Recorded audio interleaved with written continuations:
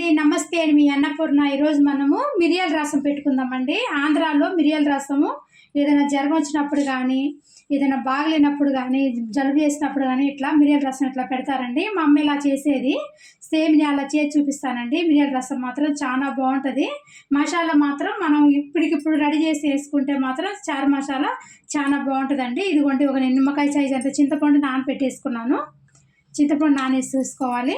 అట్లానే ఒక 2 టమాటాలు అండి, ఎక్కువ వద్దు, 2 టమాటాలు ఇట్లా కట్ చేసి పెట్టుకున్నాను. ఇప్పుడు నేను మసాలా రసాన్ని పొడిని చూపిస్తాను. స్టవ్ ముట్టించుకొని ఒక చిన్న బాండీ పెట్టుకున్నానండి. మనం ఇట్లా పొడి చేసేసుకుంటే చాలా బాగుంటుంది రసం పొడి. ఇవ్వండి 2 స్పూన్లు కందిపప్పు. అప్పటికప్పుడు ఇట్లా చేసేసుకుంటే చాలా టేస్ట్ వస్తుందండి. రసము మంచి వాసన వస్తుంది. 2 స్పూన్లు శనగపప్పు, ఒక 2 స్పూన్లు ధనియాలు, 1 స్పూన్ జీలకర్ర, మిరియాలండి ఒక 2 స్పూన్ దాకా మిరియాలు ఉంటాయి. మిరియాల రసం కాబట్టి మిరియాలు ఎక్కువ వేసేసుకోవాలి. అట్లానే ఒక 4 ఎండుమిరపకాయలు ఇట్లా ముక్కలు కట్ చేసి వేసుకున్నాను. మంట మాత్రం మీడియంలో పెట్టుకొని బాగా ఫ్రై చేసుకున్నాము. ఈ పొడి ఇలా చేసుకొని వేసుకుంటే టేస్ట్ చాలా బాగుంటుందండి.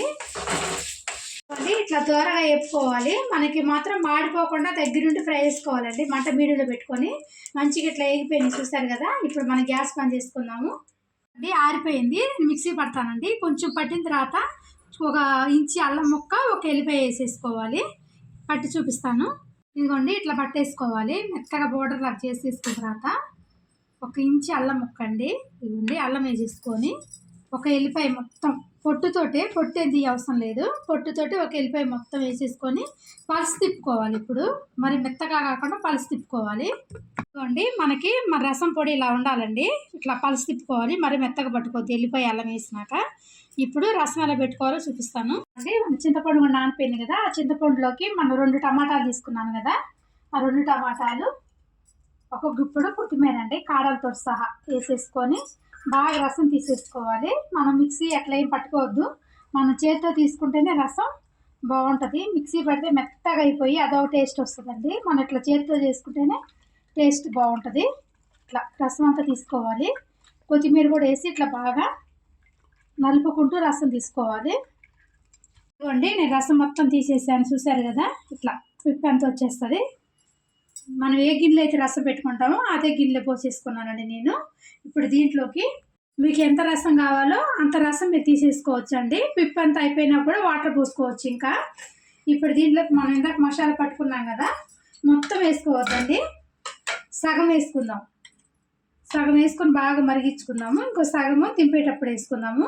ఈ మసాలాను మాత్రం రెడీ చేసి పెట్టుకోవచ్చు అండి. ఒక డబ్బాలు వేసుకొని మనం ఎన్నిసార్లు అయినా చేసుకోవచ్చు. వాసన మాత్రం తగ్గదు. మనం గాజు సీసాలు వేసుకొని మూత పెట్టేసుకుంటే వాసన ఏం పోదండి. ఎన్నిసార్లు అయినా చేసుకోవచ్చు. రసం చాలా బాగుంటుంది. ఇప్పుడు దీంట్లో 4 స్పూన్లు దాకా వేసాను కదండి. 1 స్పూన్ పసుపు వేసుకుంటున్నాను. ఇవ్వండి, అట్లానే నేను రసానికి తగ్గట్టు సాల్ట్ కూడా వేసేసుకున్నాను. నేను 2 స్పూన్ల దాకా సాల్ట్ వేసుకున్నాను.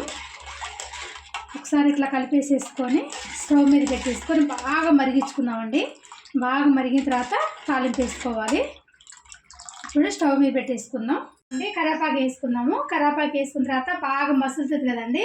బాగా మరిగిన తర్వాత మనం మళ్ళీ మిగిలిన పొడి మొత్తం మళ్ళీ వేసేసుకుందాము. రసం పొడిని అండి. రసం బాగా మరుగుతుంది కదా. ఈ టైంలో ఇందాక మనం రసం పొడి తీసి పెట్టుకున్నాం కదా, అది మళ్ళీ వేసుకుందాం. ఒక 2 స్పూన్ల దాకా ఇప్పుడు వేసేసుకోవాలి.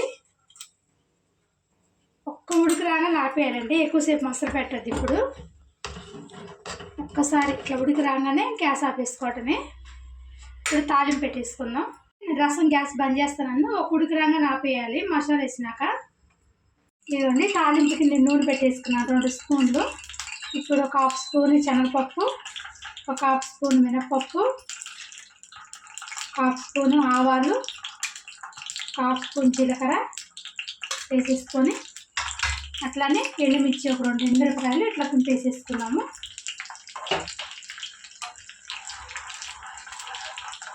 ఇట్లా వేసుకున్నాము.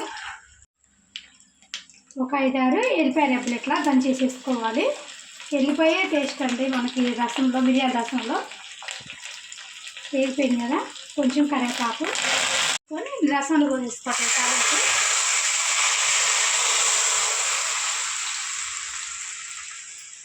ఇది ఒకసారి ఇట్లా కలిపేసేసుకుందాం. అయిపోయిందండి మిరియాల రసం. చూసారు కదా, మంచి వాసన వస్తూ ఉంటుంది.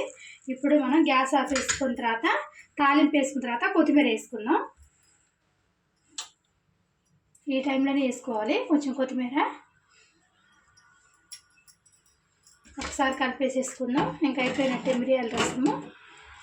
ఇవ్వండి, మిరియాల రసం అయిపోయిందండి. టేస్ట్ మాత్రం చాలా బాగుంటుంది. ఇట్లా జలుబు చేసినప్పుడు కానీ, జ్వరం వచ్చినప్పుడు కానీ, ఏదైనా నోరు బాగాలేనప్పుడు కానీ ఇట్లా రసం చేసుకుని తింటే చాలా బాగుంటుందండి. టేస్ట్ మాత్రము మంచి వాసనతో చాలా బాగుంటుంది. రైస్ కూడా ఎక్కువ తినగలం మనం, అంత బాగుంటుంది. ఒకసారి మీకు నచ్చితే మాత్రం ట్రై చేయండి. Like, share and subscribe our channel. ఇలాంటి మన రెసిపీస్ కోసం గంట సింబల్ని కూడా మర్చిపోకండి. బాయ్.